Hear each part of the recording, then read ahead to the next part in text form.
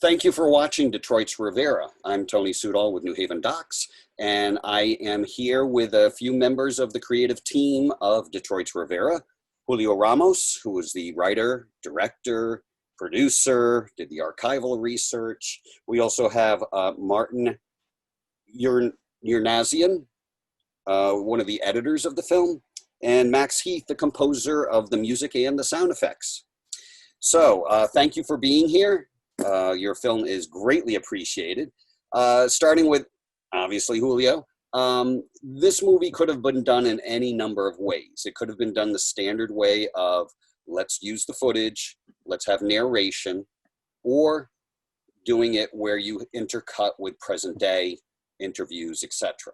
But you did what I consider unique, that you don't often see, is that you scrapped all of that and just went with imagery and sound and music to tell a very complex story of a time in our history. So the first thing is that where did the idea come from? You know, Diego Rivera, obviously, we're going to know him as an artist, many of us will, but where did this idea come from that you could pursue it? Was it that you knew that there was archival footage, or what was the method? Yeah, there was archival footage, actually produced by the Ford company. That, you know, I'm not sure if you're familiar with the history of industrial film at the Ford company. They had a movie division that produced films, I think, between 1914 all the way to the mid-50s. And among those archival materials, there was significant footage about Rivera painting the Detroit industry murals. That was between 1932 and 1933. Frida was also present in some of the footage, but not as, she wasn't a priority for the Ford movie division filmmakers. Ford had sent a cameraman to film throughout the production of the murals. And that was in itself very significant. Rarely do you have primary footage of an artist painting such a monumental and significant work. So, you know, that in the about 10 years ago, when the project began, I spent some time in Detroit, and the contrast, you know, between the years when Rivera and Frida Kahlo were in Detroit. That's 1 year, by the way, before they spent time in New York. The contrast between then and now was so powerful, you know, and impressive. So actually, Tony, that could have been a way to produce a film about the Rivera murals, going back and forth, as you suggest, you know, between interviews today about the past of Detroit then and now. Now meaning, you know, the period of deindustrialization and crisis. So, you know, it's we chose not to go that way, and that had been already worked through by, you know, many filmmakers precisely around those years, you know, in the early 2010s. So the idea, you know, was more specific and to how to produce a montage with archival materials that could eventually, you know, also include a sound design.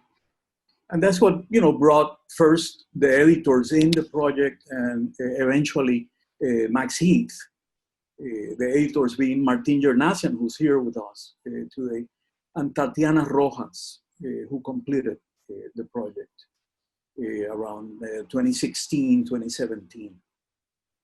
So yes, you know, those were some decisions that were not so common in terms of the documentary genre that we were working with. I think it turned out to be more of an experimental kind of documentary. But that's a little bit, the history of the project. Well, to ask you about the experimental side of it, I see, and I didn't know if this was intentional. I mean, you do a clip from Vertov, but I've seen a lot of Russian films from the 20s and 30s that follow this industry and the people, etc. Were you influenced by that in putting this together? Well, I think one of the possibilities of working a montage with archival materials is that you can mix different kinds of sources. And one of the main sources was Ford's actual filming of Rivera. But a lot of it also was a more reflective view of film at the time. With Martin, for example, when we started editing the first few cuts, in 2010, in 2011, we watched Chaplin together, Modern Times. It's a film that was produced a couple of years after Rivera and Frida Kahlo were in Detroit. We also watched, of course, Vertov, a Man with a Camera, and Einstein's The Strike. So we had an opportunity to work with a lot of historic materials dating back to the period of Rivera's paintings. Some people have, it's common for people to notice the significance of Vertov, and in fact, there is a clip from Vertov in the Frida Kahlo sequence, directly from Vertov. And these are, they become like quotations or allusions, right, to films with which Detroit Rivera establishes a dialogue, sometimes even a critical dialogue, like in the case of Vertov. Vertov and Einstein were much more optimistic about the uses of technology in society than Detroit Rivera. Detroit Rivera is a film that's contemporary and very aware, let's say, of the post-industrial crisis, right, and the climate crisis of the contemporary ecological disaster around the industrial model, right? So the quotations from films going back to the 1920s and 30s that you so well referred to are also at times critical and allow for a discussion, right, of the relationship between film and the industrial model. It was so close in the 1920s, film and the development of technology. So yeah, it's a really interesting question, and there's so much more to talk about, including the function of montage with the editors, and the montage in music with Max Heath, because he also did archival work. So starting with the editing, was there extra footage, or how, obviously, but how much footage did you have to make it into 35 minutes? And then when you get to editing, Martin, you have a wealth of information, and even within what we have there, you could alter a little bit and still keep things chronologically. What was your basis for how to have the story flow? Well, first of all, I think our secret, our greatest weapon in our arsenal is Julio, because we're not dealing with someone who is coming at this unprepared or without the knowledge, or the knowledge is very fresh. Julio has been researching. I mean, Julio's a professor, so and his understanding of cinema has it's been recorded. So working with someone that is taking the process extremely seriously, it makes things a little bit. It makes the process a little bit easier. And I say that in quotations because, the process is never easy. One of the things that I kept doing when Julio first introduced these images, especially the footage from the Ford company, which to me, I've never seen it before, but for Julio, it was, look at this stuff. And it was quite anybody who's a history buff, they watch those images, you're shocked because it's something that you don't usually see that often. But one of the things that I did as I was starting to like process all the clips that Julio had found or unearthed or discovered from all these different archival places, was to listen to certain soundtracks, and a lot of it had to do with industrial, repetitive, minimalistic music, and composers like Philip Glass and John Cage and John Adams, that they have this sort of like mechanical assemble a line type of treatment to their music.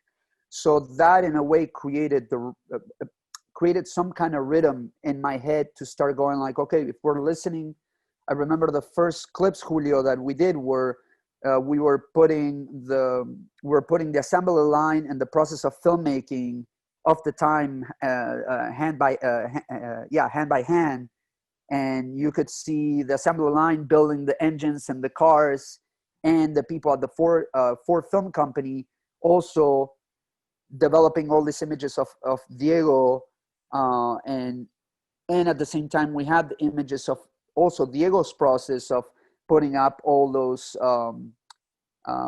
different levels so he can go and paint. And in a way we combined all these different processes that in a way they're very similar but coming from different points of view. And on top of that we added the historical factor of all the other clips that also Julio was able to unearth, and we put them together almost as if we were all part of we were as a whole, as humanity, we're a cog in the machine of all these great men that they were pushing for great industry. But Julio just mentioned the film is extremely aware of the things that this great movements of industry did at the time, and eventually, what were the consequences of such movement. And in a way, the editing was constantly very aware, maybe because of the influence that Julio had studied for so long, and also I guess me being from Argentina, which is also a very industrial place, and having, I personally have experienced it in my own lifetime, how it has changed from when I was born till today. So there is this sort of signature, and not just in pace, but in theme, that it's regarded on the choices of cuts and the choices of what to put in, what will follow up each clip. And there have been many variations. I even see it in the cut today, but that was sort of, we watched films of the time. We had long shots as well, but that determined a lot of the, at least in the very beginning, determined some of the signatures of what the film has today. But I would say Julio was the driving force for sure. Thank you. And composition, Max, you saw this, or you started to compose from this after it was completed or while it was still being worked on? What was that process, and what was the decisions as to the sounds, more the type of music used, because it's not really, it's not of that time, it's still from a later time that you're using the music to reflect upon this time. What were the decisions in that? Well, first I would say I believe I got pretty close to a final cut. I think there was maybe one more change that was made after I had started, but it was pretty much locked to picture. Yeah, I guess to answer your last question, I feel like there was a lot of intuitive work in this. It's one of the most intuitive processes I've ever been able to be a part of, actually. And it was all thanks to Julio being pretty open with how we approached it. But he definitely had really good instructions about kind of how the result should be, but he wasn't very prescriptive about how to get there. And so that gave me a really good opportunity to just follow what the film was telling me. And I felt like I had really two, I guess beyond the intuition, I feel like I had two goals that I wanted to achieve with the soundtrack. Well, I guess we worked this out together. But I really wanted to have the music achieve exactly what you're saying, not feeling like it's part of that time period, and actually going beyond that and making it forcibly alienate you from that time period, and force you not to get lost in that dream of, oh, here we are back in, in the time of this film, because we really wanted people to see this film from a modern perspective. Mm-hmm. And so that also gave me a good opportunity to kind of play with signifiers from, throughout the 20th century, and not have them be tied to different time periods, but have them be more tied to sort of emotional reactions. And the second goal I had is kind of counterintuitive. I wanted to have people really forcibly pushed away from identifying with the feelings they get when they watch archival footage. But, and it's actually very beautiful to hear Martin talking about the editing process. This is my first time hearing about his approach. I really wanted people to then kind of go inside the story that the film is telling. And I really felt a lot of musicality in the film. So it's so cool to hear how deliberate that was. It really, for me, was a chance to see how I could, almost to the point of, synesthesia or something, just map a musical feeling into the images, not have it be a background, but because of the film having no VO, no voiceover, and not a lot of sync sound, the sync sound is very stylized. So it doesn't have that kind of realism to it. So because of that, I wanted people to just almost feel like they're just glued inside the imagery. You bring up something that I hadn't caught myself upon my multiple viewings of it, is that the music bringing a modernity to the imagery, because I feel so much with everything that we see, whether it be the industrial, the worker, the union, the depression, there's so much reflective of what we go through today. I mean, you can take a lot of that and apply it to today. And that's why I also think this film is very important. And I look at Diego Rivera as part of this, but a separate part, but fitting right in, because that's what he was. He was an outsider coming in to do this. But everything meshes so well together in this film. And thank you, Max, for that, because that helps explain how we bring it to today. Julio, how long was your first cut of this? Or did you get it close to originally? Or because with archive footage, you could have so much of it? Well, the first cut was, I think, in 2010, 2011. Yeah. Brief. And I think it gave us a sense of, where we were leading to, what we wanted to do, with the materials. It wasn't only the Ford archives, but also the filmmakers co-op that had filmed in the 1932, the Hunger March in Detroit.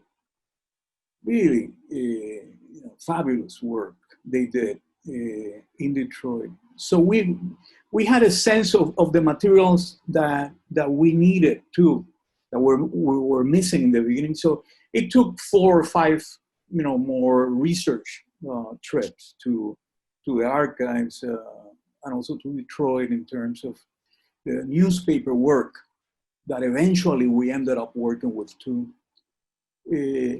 So, very fragmentary and discontinued material. that's why the music and the montage, the work of Max Heath and the editors became so important. The collaboration throughout those years, a really wonderful learning process for me. Montage, for example, the actual dynamic between the different clips that we were bringing from the archive allows you to produce a line of thought.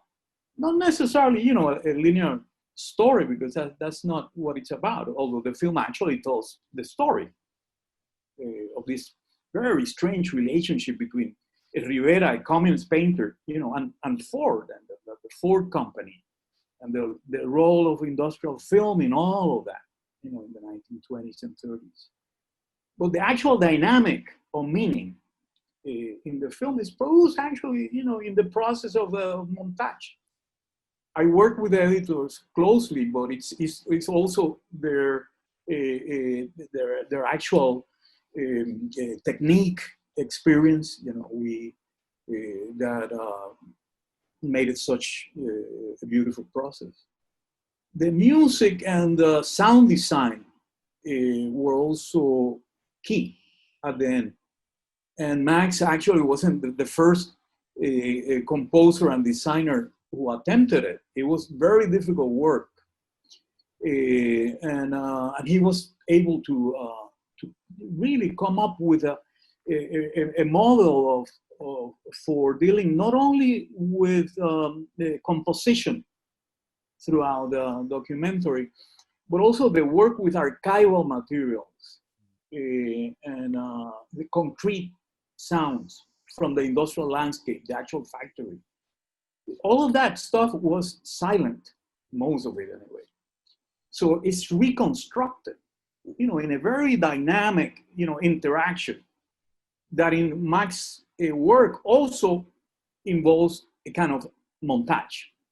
It's a sound montage in the design that allows you really to feel that flow, a reflective and critical flow, because it never, attempts to be a continuous, simple narrative. So it's the collaboration with the editors.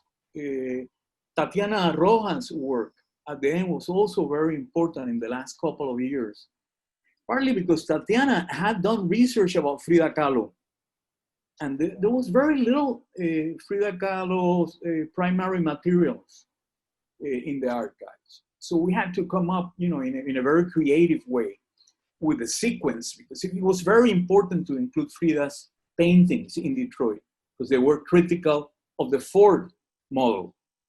And in a sense, those paintings that she did in 1932 in Detroit, the painting about the miscarriage at the Henry Ford Hospital, for example, and also the self-portrait in the border,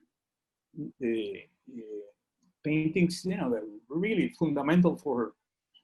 They're very critical of Rivera's own link to technology and industry. So that gave us a sense of a contemporary perspective that Max is also referring to.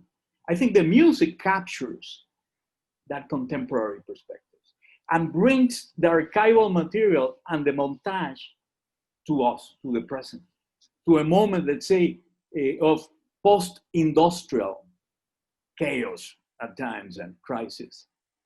In fact, some of Max's early work with the sequence in Fordlandia, there's a sequence about Ford's jungle, rubber empire in the Amazonian jungle, with industrial footage too, from the construction of that Fordlandia. Max worked with allusions to this topic. It almost sounds like a science fiction landscape at times in the reconstruction of the jungle. That reminded me of Tarkovsky's. Yeah, you always mention Tarkovsky as a touchstone. Yeah, and or David Lynch in your own. Yeah, I'm a big David Lynch fan. Yeah, yeah. So that's film has so much to do with this kind of dialogue, That's so weird because collaboration. I I'm a huge Tarkovsky fan, and we didn't talk about Tarkovsky, but Tarkovsky was in the back of my head when I'm editing all this footage. So it reminds me of Stalker, and I'm like, where am I? Yeah. I'm in the middle of the jungle in Brazil, and The they're wind, beating right? me. This kind of dystopic wind Yeah, 100%. in Furlandia and in other moments of the film. So it's actually both in the editing process. I was very close to them. Both Martin, I work at Martin's home in California, and also with Tatiana in Caracas and in New York. With Max, it was a little different. Max had his own timetable and the composing and sound design, he was working at home. But we were also in close contact. And it was in that process, where this final piece is created. I would say that just to mention about that process, I've really never had a working experience like this, because each time I would sit down, it would be to do something, maybe like 6 to 10 minutes of music, like, because these are big, long, connected. I think there were like 4 main chunks. There are 7 sequences, but you work on them differently. But yeah, but they were so each time I was sitting down, I felt this, it was a thrill but fear at the same time, because whatever comes out, I really have to just intuitively follow this for the next 7 minutes or so, and just see where it takes me, and really just hoping that the inspiration guides me the right way. But then I'd be able to call Julio, send it to him, and he'd be able to get me back on the right track if I went too far in one way. But it was a really, especially in retrospect, a really beautiful process, because I've been I'm composing to a feature film, and this is, I was so lucky to be able to do a project. It's so rare to be able to get to have the chance to really follow the art of a film like this, and really do what the film demands artistically, even if it means being experimental, even if it means being dissonant, being unpleasant. Because there was definitely no, oh, here's my temp track, let's match this temp track and make a better version of this thing I found online. This is really creating something new and substantial, and with a lot of care, and where every decision felt very meaningful. So yeah, I'm really grateful to be a part of that. And it's definitely seen throughout the film. We're coming to the end. We're running out of our time for Q&A. I wanted to get one more question really quickly in, if it can be answered quickly. With the Frida Kahlo footage, there's animation in there, and the addition of that, the purpose of that. I'd love to hear what that was. Well, the animation was very important, partly because the animation is on the actual paintings. It's an animation of the actual 2 paintings, right, that she did in 1932, the paintings I mentioned. And that was a process discussed and drafted. We drafted a description with Tatiana Rojas, who did work with a workshop, an animation workshop among students of hers, and very, very brief animations of these paintings, also animations of the newspapers, to be able to produce a transition between static materials and movement. That's always an issue, when you work with archival materials, especially in the editing process, when you're combining photograph and still images with movement. The transitions sometimes are, you have to work through them. So there's also an animation process in the newspapers movement when the graphics are included. Very brief, but again, it gave the sequence of Frida Kahlo, since the materials weren't very significant from the archive. There were a few images of Kahlo with Rivera at the museum. So the animation gave us, a whole line of flight that allowed us also to introduce the theme of Kahlo's critique of Ford. Actually, there are references in Kahlo's paintings to Ford, to Fordism. Not only Henry Ford, I mean, that's not what I'm talking about, but the industrial model and the factories, the pollution that's coming out of production in Detroit. So, again, Frida Kahlo's paintings gave us a point of reference to bring it to the present. And animation was part of that dynamic, really important. Tatiana's work from that sequence. Thank you. Thank Tatiana for us, that her input also in this. We reached the end. I want to thank Max, Martin, Julio for joining in this conversation. I have 10, 12 more questions to ask, but they will have to be for another viewing.